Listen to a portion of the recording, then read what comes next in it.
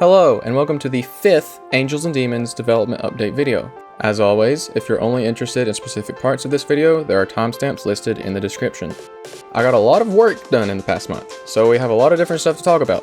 In this video, we're going to go over the following: music improvements and changes, a new input system, new menus and their functions, new overworld details, new cutscenes, new battle styles, and some minor changes that don't really fit anywhere else. Now, let's get into it, starting with music. As evident by the previous update video, I've been going through some of the older tracks and improving or outright replacing them. This time, I've changed New Beginnings, the World 1 rhythm game track, and World 1's final boss theme. New Beginnings got some major changes, where the World 1 final boss theme just got a few minor adjustments. New Beginnings is currently playing in the background for this section, but if you're interested in hearing the full track, I'll post a video in the teasers channel in the Angels and Demons Discord server sometime in the future. I've also been working on a few other tracks as well. I have 3 different candidates for World 2's rhythm game track. I'm a little unsure of what genre to go with for it, so currently I have synthwave, psytrance, and drum and bass. If you have a preference for any of these, let me know in the comments. I'd love to see what you guys prefer.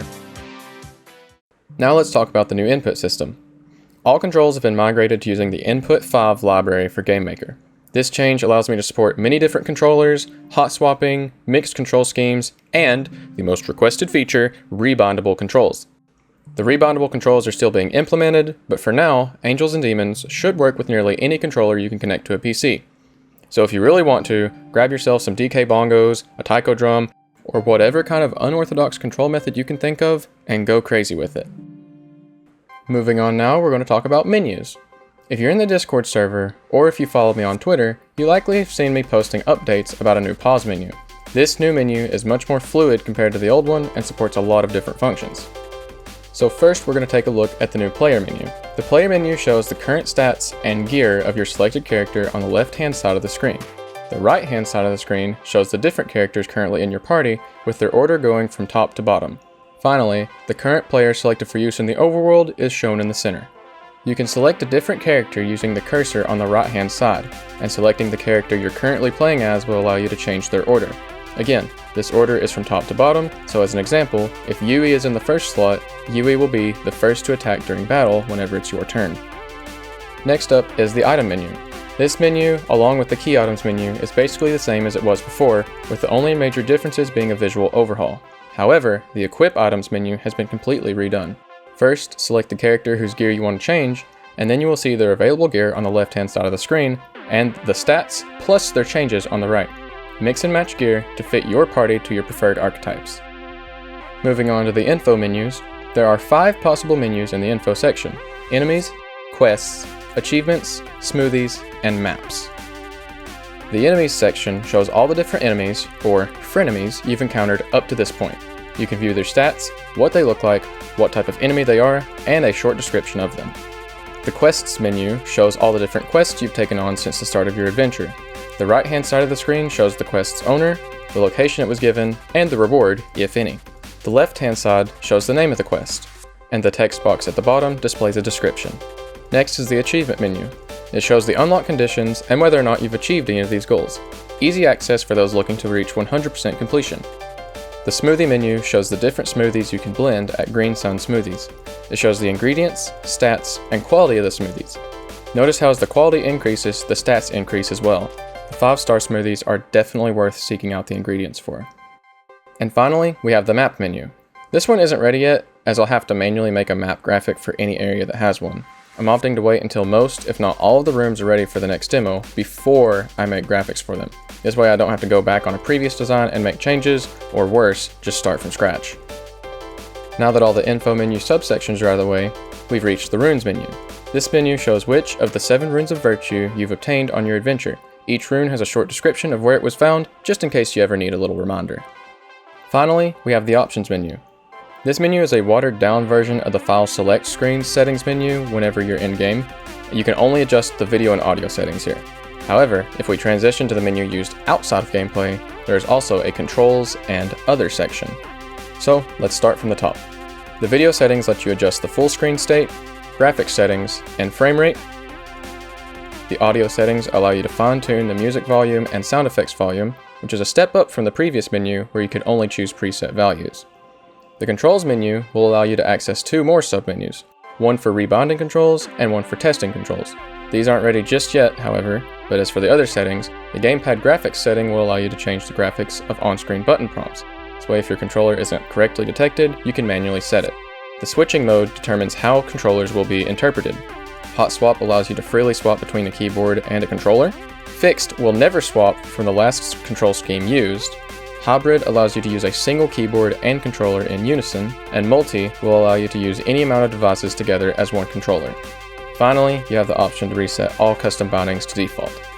All these different controller modes are still in the process of being correctly implemented, along with the rebonding, so some of this may be changed or removed in the future. Now to finish up the settings menu, we have the Other tab. This tab will hold settings that just don't really fit into any of the other categories, so currently you can toggle the use of Discord rich presence, reset all rhythm game scores, and reset all game data. Okay, so now that we're out of all the mind-numbingly boring menuing additions, let's move on to some of the actual gameplay changes. We have fancy door animations now. Moving in front of an exit will cause the doors to swing open with a neat little sound effect. Moving away will cause them to close automatically as well.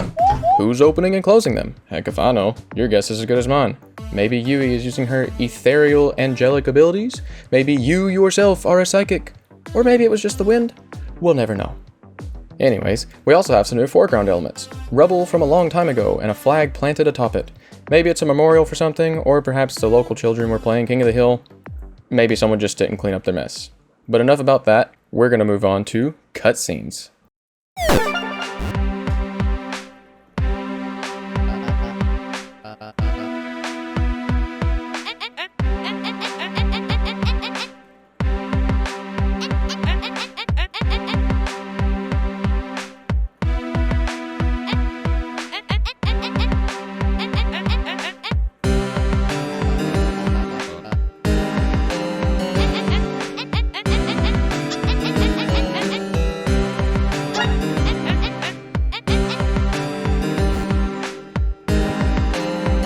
When we first arrive in World 2, we are almost exactly where we need to be.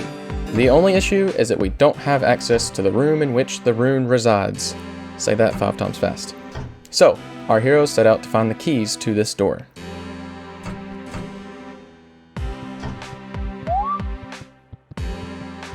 Skillfully traversing through the backstage of what appears to be an old medieval-style theater, we reach the front door. After exiting, our first cutscene of World 2 begins.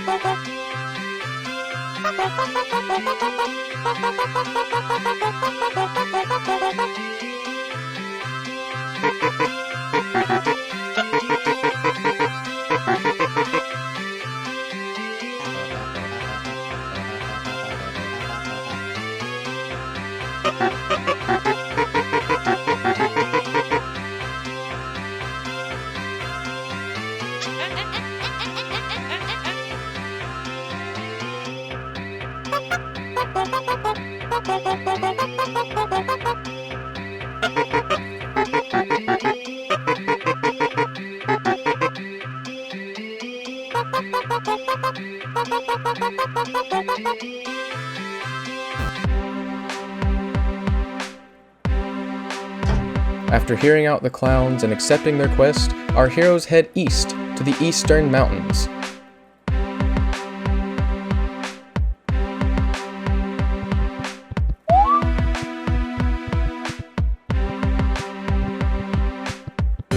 Why do they decide to head east? For video development, of course. Because after a small amount of traveling, we enter another cutscene.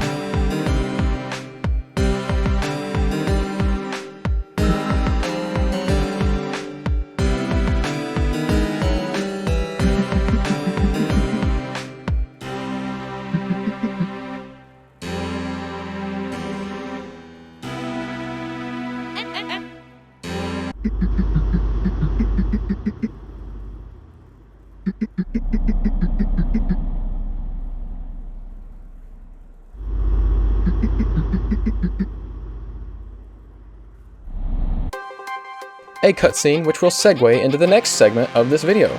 You can now use multiple characters in battle. This specific fight is a tutorial battle to teach you how to control multiple characters at once. So in this fight, we'll be dodging the possessed gunman's attack as both players at the same time.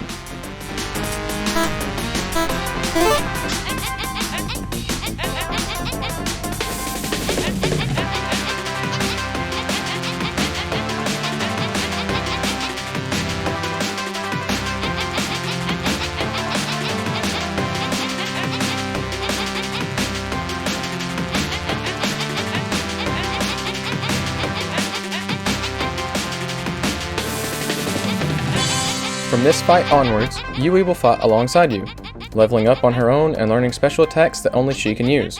You will also be able to control Yui in the overworld as well, and make use of her own special physics and abilities. As of right now, she is functionally the same as the player, but she will get her own unique changes in the future.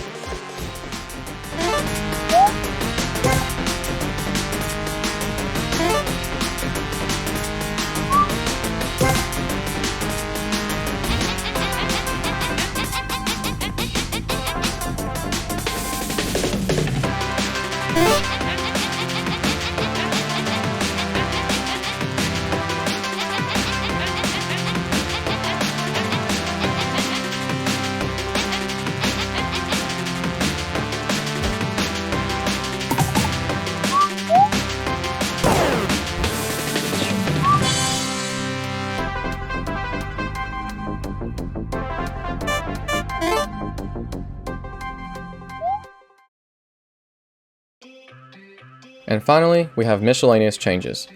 More text optimizations. I went down a rabbit hole of ripping font files and manually adding the outline to the system font that is used in-game.